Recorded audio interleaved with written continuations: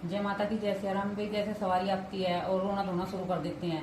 हमारे को तो ये परेशानी आ गई है घर में, हमारे को तो ये दिक्कत बनी हुई है, हमारे शरीर पे तो माँ आ रही है, फिर भी हमें ये परेशानी बनी हुई है। हम तो बीमार रहने लगे हैं, हमारे घर में तो झगड़े होने लगे हैं। और जैसे दरबार भी चला रही हैं तो हमारे तो कोई तुम्हारे पास आ जाता है बुझा लेने के लिए और उनको दुख ज़्यादा होता है, कष्ट होता है, वे रोते हैं तो तुम उनके साथ में रोने लगते हो। उनका दुख नहीं कहते कि हमारे तो हमें तो दुख बर्दाश्त नहीं हो रहा, हमें तो देखे नहीं जाते हैं, ऐसे रोने लगते हो उनके साथ में। तो तुम्हें ऐसे नहीं करना है, ये रोना धोना छोड़ दो। जैसे तुम्हारे दरबार लगा रहे हो तुम, शुरू करा तुमने दरबार, शुरुआत में बता रही हूँ। ये तुम्हारे साथ क्या होगा, जिस दिन तुम्हारा दरबार लगेगा शनिवार या मंगल को, उस दिन तुम्हें सुबह सुबह तुम्हारे सिर में दर्द हो गया तो, या तुम्हारे पेट में दर्द या पैर में दर्द या घर में कोई कुछ भी दिक्कत मतलब ऐसी होगी कि जिससे तुम दरबार में बैठ ना सको। ये परीक्षा होती है ऐसी। तो तुम्हें क्या करना है, चाहे तुम कितनी बीमार हो, कितनी तुम्हारे परेशानी हो, फिर भी तुम्हें अपने दरबार में बैठना है, दरबार लगाना है। ये नहीं है कि दरबार आज नहीं लगाएंगे। ये शुरुआत में ऐसे ऐसे होता है जब दरबार चलाते चलाते हैं। और जब तुम्हारे पास कोई आ रहा है, दुखी आदमी है और रो रहा है वो, तो तुम क्या करते हो, उनके साथ रोने लगते हो। रोना नहीं है तुम्हें, क्योंकि जो तुम खुद ही रोओगे तो वे उनका दुख कैसे देखोगे। तुम्हें उनका जो दुख है समझना है, देखना है, रोना नहीं है उनके साथ। और जो माँ तुम्हारी आदेश दे रही है, जैसे तुम दरबार लगा रहे हो, माँ के उस पर लगा रहे हो, बालाजी के पे लगा रहे हो, तो तुम्हें सत्य आदेश देती हैं कि इस इंसान का इलाज करना है कि नहीं करना है। पहले अपनी शक्तियों से पूछे करो कि ये बंदा आया है, इसको ऐसे ऐसे दिक्कत है, इसका इलाज करें कि ना करें। जो शक्ति तुम्हें मना कर रही है कि इनका इलाज नहीं करना, तो तुम इलाज मत करे करो, क्योंकि शक्तियाँ पहले बता देती हैं। आदमी धोखेबाज होते हैं, बहुत से हैं, वो प्रसाद लाने में भी कंजूसी करते हैं और फिर इससे दरबार का नाम खराब होता है, क्योंकि भोग प्रसाद नहीं लाते हैं तो कार्य नहीं बनते हैं। जो माँ के भोग प्रसाद नहीं लगावेंगे तो कार्य कैसे बनेंगे। भाई हम जैसे हम लोग बैठे हैं गद्दी पे, तो हम तो एक माध्यम ही तो बैठे हैं, करने वाले तो माँ बाबा हैं। तो उनको भोग नहीं लगेगा तो मैं शक्तियाँ कार्य कैसे करेंगी, घर पे कैसे जाएंगे, तुम्हारे भोग नहीं लगेगा। तो इससे तुम्हारा दरबार खराब होता है, तुम्हारी शक्तियाँ काम करना बंद कर देती हैं।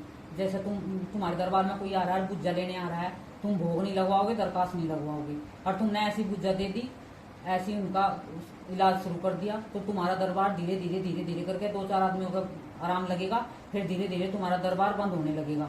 इससे तुम्हारे दरबार बिल्कुल बंद हो जाएंगे। फिर तुम कहोगे पता नहीं हमारे तो किसी ने कुछ कर दिया है, हमारे तो दरबार में अब कोई आता भी नहीं है, ना कोई आ रहे हैं तो उनका आराम नहीं लगता है।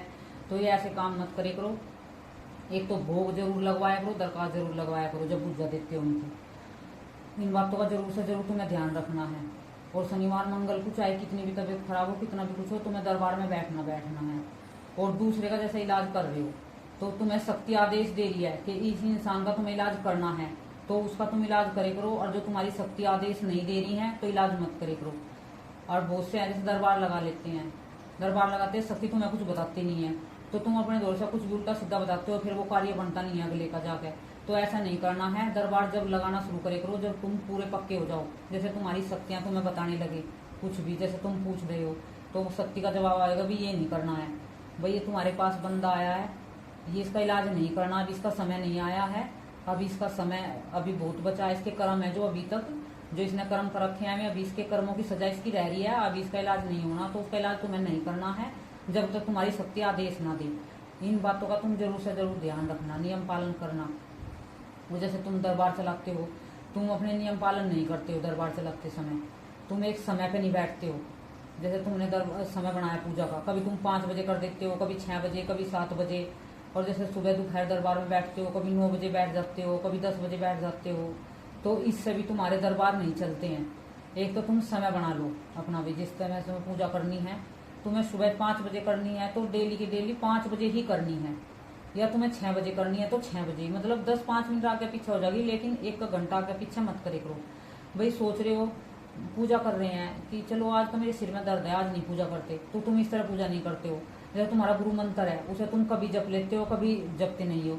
इसे तुम्हारी शक्ति धीरे धीरे आई तो है पहले अच्छे से, फिर में काम करना बंद कर देती हैं, चली जाती हैं, फिर तुम्हारे शरीर को छोड़कर, तुम्हारे आलस को देख कर। जब शक्ति शरीर पर आती है, एक तो आलस नहीं करना होता, एक अपनी हारी बीमारी नहीं देखनी होती है, घर में क्या हो रहा है क्या नहीं ये भी नहीं देखना होता है। जो तुम्हें कार्य करना है, पूजा पाठ दरबार जो भी तुम्हारा अपने जो तुम्हारे नियम है, उन्हें नियम को निभाओ, और जो तुम्हारी जिम्मेवारी है उन जिम्मेवारी को अच्छे से पूरी करे करो। दरबार में बैठो तो जो तुम जिम्मेवारी पूरी नहीं कर सकते, अपने नियम पालन नहीं निभा सकते, अपने जैसे खान पीन पे या किसी पे भी संयम नहीं रख सकते, तो इन चीज़ों में मत पड़े करो। ये चीज़ जो तुम करोगे तो तुम्हें बहुत बहुत चीज़ों का त्याग करना पड़ेगा। देखो, हमें शक्तियों के अनुसार चलना पड़ेगा। शक्ति हमारे अनुसार नहीं चलती, हमें शक्तियों के अनुसार चलना पड़ता है। जो हमें शक्ति आदेश देती है, हमें उनके कहने से वो कार्य करना पड़ता है। खाने पीने पे हमें संयम रखना पड़ता है। हमें जो भी सात्विक खाना खाना पड़ेगा, और जहाँ तक है बहुत कम बाहर का बिल्कुल बंद करना होगा खाना पीना। अपने घर का बनाया, अपने हाथ से बनाया, अपना शुद्ध पवित्र भोजन ग्रहण करना होगा हमने। और अपने हर ब्रह्मचार्य का पालन करना होगा। शनिवार मंगल को जैसे दरबार लगाती हैं बहुत सी बहनें, और दरबार नहीं भी लगाती हैं, गुरु मंत्र ले रखा है, शक्ति आ रही है, तो उसमें थोड़ा सा नियम से संयम से चले करो गृहस्थी में भी। क्योंकि तुम इस जब शक्ति आ जाती है तो उसमें गृहस्थी में भी रहकर तुम्हें नियम पालन से चलना होता है। बहुत चीज़ों का ध्यान रखना पड़ता है घर में रहकर जब शक्ति आती है। और थोड़ा सा अपने शरीर पे भी नियंत्रण करे करो, क्रोध पे भी थोड़ा सा नियंत्रण करे करो, अपने क्रोध को थोड़ा सा कम करे करो। जैसे क्रोध आता है तो उसको शांत कोशिश करे करो, शांत होने की। जब माँ कहते हैं कि माँ की काली की सवारी आती है तो हमें क्रोध आने लगता है। माँ का हाँ थोड़ा सा गर्म स्वभाव है, पर क्रोध आता है, पर इतना नहीं आता है कि हद से ज़्यादा है। दरबार में जब बैठते हैं संकट होता है जब माँ ज़्यादा क्रोधित होती है। वैसे बिगर बात के माँ क्रोधित नहीं होती है, और माँ का मतलब शांत स्वभाव है, माँ इतनी क्रोधित नहीं है। जो माँ को तुम अच्छे से चलाओगे, अच्छे से पूजा करोगे शांत रूप में, तो इन शांत रूप में ही तुम्हारे शरीर पर रहेगी माँ को। तुम क्या करे करो, जैसे सप्तमी आती है और अष्टमी आती है, माँ दुर्गा की भी पूजा करते हो, जो माँ काली की भी करते हो, उनको बता रही हूँ, तो तुम मक्खन का भोग जरूर लगाया करो। इससे माँ के ना शांत रूप चलता है। जैसे माँ काली है, उसको तुम सप्तमी को मक्खन का भोग लगा दे करो एक बार सुबह, तो तुम्हें देखो माँ भी कितनी, तुम्हारे जो अंदर पेट में जैसे तुम जाप करते हो उसकी गर्मी बढ़ जाती है, वो भी शांत होगी। उस मक्खन का माँ को भोग लगा कर तुम खुद भी ग्रहण कर सकते हो उस मक्खन को। और माँ का भी जो है थोड़ा सा गर्म स्वभाव, वो भी माँ को शांत रूप में चलेगा तुम्हारे घर में।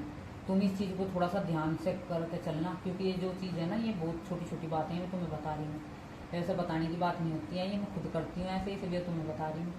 जो भी चीज़ें माँ का आदेश मिलता है तो इसलिए बताती हूँ, इसलिए करती हूँ।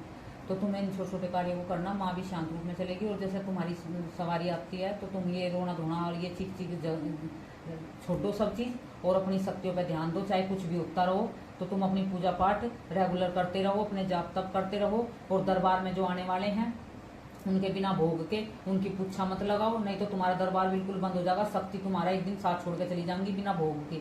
तुम उनसे ऐसे काम कार्य लोगी और उन्हें भोग नहीं दोगी, तुम्हें कुछ दिन तो कार्य करेंगी, कुछ दिन बाद में अपने आप खुद तुम्हारे दरबार छोड़ के चली जाएंगी शक्ति। फिर तुम ऐसे खाली के खाली रह जाओगे, और फिर कहोगे कि हमारे तो किसी ने शक्ति उतार लिया है, हमारे तो किसी ने कुछ कर दिया है।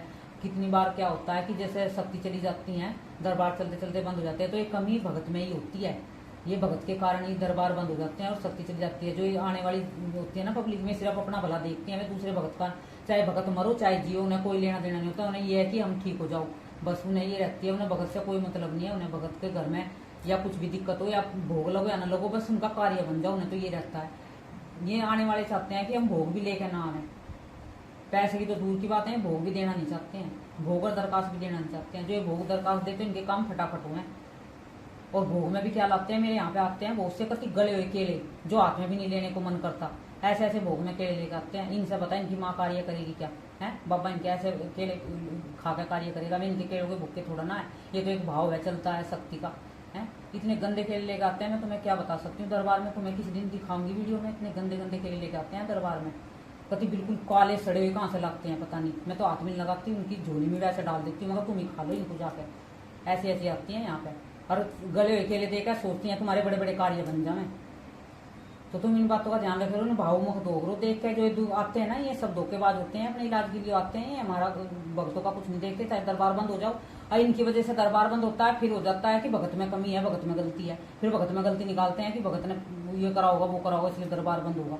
दरबार जो आने वाले होते हैं संगत, इनकी वजह से दरबार बंद होता है। जब ये भोग नहीं लाते हैं तुम्हारे, तुम इनकी सैनक दुआ देते हो, उनका जो संकट है तुम्हारे घर में रह जाता है। तुम्हें ये नहीं पता कि संकट कहाँ बिठाना, कहाँ छोड़ना है। फिर तुम वैसा परेशान होने लगते हो, तुम्हारे शरीर में दर्द होने लगता है, बीमार होने लगते हो, खाट में पड़े रहने लगते हो।